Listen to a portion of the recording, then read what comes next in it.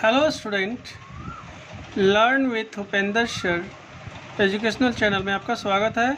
आज सबसे पहले हम बताएंगे simple present, simple past, future indefinite. इन तीन टेंसों का उपयोग आप कैसे बिना किसी रूल्स के करेंगे।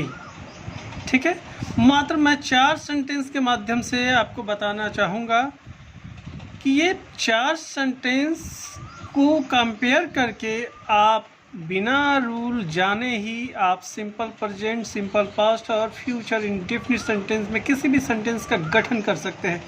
ठीक है, तो लीजिए शुरू करने से पहले मैं आपको बता दूं कि इंग्लिश में किसी भी सेंटेंस को लिखते समय हमें इस बात का ध्यान रखना पड़ता है कि उसमें सब्जेक्ट, वर्ब और ऑब्जेक्ट आए और कैसे आए।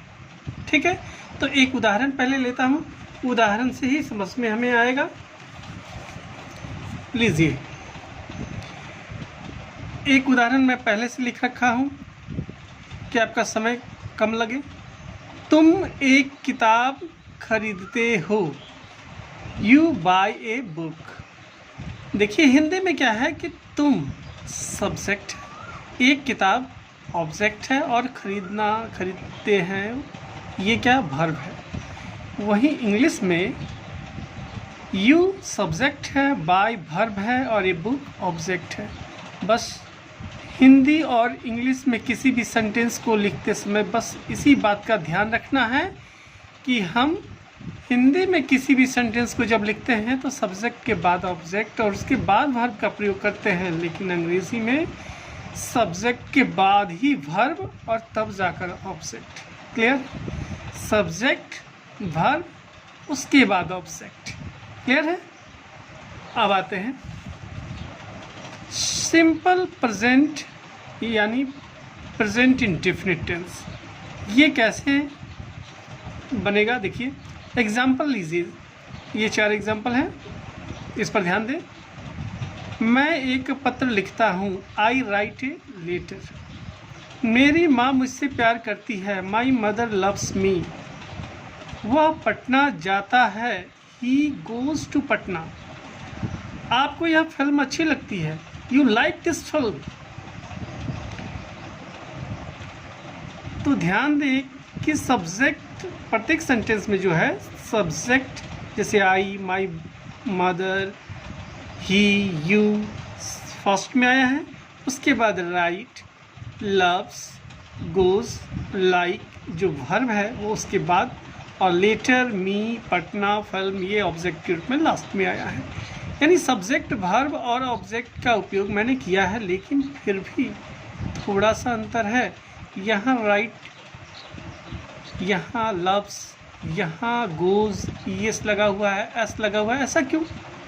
तो आप थोड़ा सा और ध्यान रखिए कि जब भी हम किसी भी सेंटेंस को सिंपल प्रेजेंट में लिखें और उस सेंटेंस का यदि subject third person singular number हो, यानी ही, सी, इट या किसी का नाम, बॉय, गर्ल कुछ भी रहा, तो ऐसे में हम उसके साथ जो वर्ब लिखेंगे उसमें एस या यस लगाकर सिंगुलर वर्ब बनाएंगे। यानी कहने का मतलब ये है कि वर्ब का चौथा रूप यानी कि वर्ब का 4th फॉर्म ही यूज़ करना है। ठीक है, बाकी सबके साथ आप वर्ब का पहला रूप ही यूज़ कीजिए। ठीक है, अब आइए सिंपल पास्ट में एग्जाम्पल। यही 4 एग्जाम्पल हैं जिसको मैंने सिंपल पास्ट में लिखा है। देखिए, मैंने एक पत्र लिखा, आई रोट ए लेटर। मेरी माँ ने मुझसे प्यार किया, माई मदर लव्ड मी। वह पटना गया, ही वेंट टू पटना। आपको यह फिल्म अच्छी लगी, यू लाइक दिस फिल्म। आप कंपेयर कीजिए सेंटेंस में, यहाँ पर भी सब्जेक्ट सबसे पहले लिखा गया था, इसमें भी लिखा गया है जैसा कि मैंने बताया था, लेकिन यहाँ वर्ब का पहला रूप और यहाँ वर्ब का दूसरा रूप। यहाँ वर्ब का पहला रूप लेकिन यहाँ दूसरा रूप। यानी कि इससे साफ पता चलता है कि जब भी सिंपल पास्ट में यदि आप कोई सेंटेंस को लिखें या बोले तो वहाँ वर्ब का दूसरा रूप का ही प्रयोग करें और बाकी शब्द जैसा कि मैंने बताया कि सब्जेक्ट, वर्ब और ऑब्जेक्ट उसी हिसाब से चलना है आपको, ठीक है। अब आते हैं फ्यूचर इंडेफिनिट में। इसी एग्जाम्पल को हमने फ्यूचर में लिखा है। देखिए फ्यूचर इंडेफिनिट में कैसे इस सेंटेंस को यूज़ करते हैं।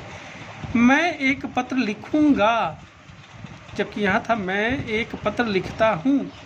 मैंने एक पत्र लिखा, और फ्यूचर में इसी सेंटेंस को लिखेंगे तो क्या लिखेंगे, मैं एक पत्र लिखूँगा, आई शैल राइट ए लेटर। उसी तरह मेरी माँ मुझसे प्यार करेगी, my mother will love me. वह पटना जाएगा, he will go to Patna. आपको यह फिल्म अच्छी लगेगी, you will like this film. यानी कहने का मतलब है कि जब भी आप फ्यूचर इंडेफिनिट में एक सेंटेंस को गठन करें तो आप शैल और विल सब्जेक्ट के बाद लगाएं, तब जाकर वर्ब का उपयोग करें और उसके बाद ऑब्जेक्ट। बस सिंपल प्रेजेंट और इसमें केवल इतना ही का अंतर है कि इसमें सब्जेक्ट के बाद शैल विल आता है, तब जाकर वर्ब सिंपल प्रेजेंट की तरह वर्ब आता है, उसके बाद ऑब्जेक्ट आता है। यानी आपको खाली ये ध्यान रखना है कि फ्यूचर इंडेफिनिट में किसी भी सेंटेंस को लिखे तो शैल और विल का प्रयोग करें। अब सवाल आता है कि शैल और विल का प्रयोग करेंगे कहाँ, तो आपको बता दें कि केवल हम आई, देखिए यहाँ पर आई और वी के साथ ही शैल लिखना है, आई और वी के साथ शैल, और बाकी सभी के साथ आप विल लिखिए। अब कभी कभी आपने कहीं पढ़ा होगा, और नहीं तो मैं बता दूं कि आई के साथ विल का भी प्रयोग होता है। वो कब, कंफ्यूजन बढ़ गई ना, इस डाउट को अभी क्लियर करता हूँ।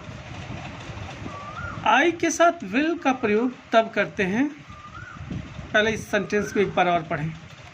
मैं एक पत्र लिखूँगा, आई शैल राइट ए लेटर। मैंने क्या कहा, मैं एक पत्र लिखूँगा, तो क्या मैं निश्चित लिखूँगा? श्योर है क्या कि मैं एक पत्र लिखूँगा? नहीं, ये मात्र एक सांत्वना है आपको कि मैं एक पत्र लिखूँगा। ज़रूरी नहीं है कि मैं लिखूँगा ही, लेकिन जहाँ पर अवश्य शब्द आ जाए, ज़रूर शब्द आ जाए, वहाँ पर ये नियम बदल जाता है। जहाँ मैंने आपको कहा था शैल, वहाँ पे विल, और जहाँ विल कहा था वहाँ पे शैल का प्रयोग कीजिए। एक सेंटेंस देखेंगे तो सेंटेंस से ये भी क्लियर हो जाएगा, ठीक है। आइए, मैं अवश्य एक पत्र लिखूँगा। देखिए यहाँ पर क्या था, मैं एक पत्र लिखूँगा, उसी सेंटेंस को मैं अवश्य एक पत्र लिखूँगा, I will write a letter. यहाँ पर क्या था, आई शैल राइट ए लेटर, तो शैल के जगह पे विल लिखना है। यदि अवश्य आ गया या उस सेंटेंस में निश्चितता नज़र आ रही है, या आप किसी को ये प्रकट करना चाहते हैं कि वो इस काम को डेफिनेटली करने वाला है, या आप उस काम को डेफिनेटली करने वाले हैं, तो वहाँ आप शैल का प्रयोग आई के साथ बिल्कुल ना करें, ठीक है। वहीं वह अवश्य पटना जाएगा, देखिए वह पटना जाएगा, I will go to Patna.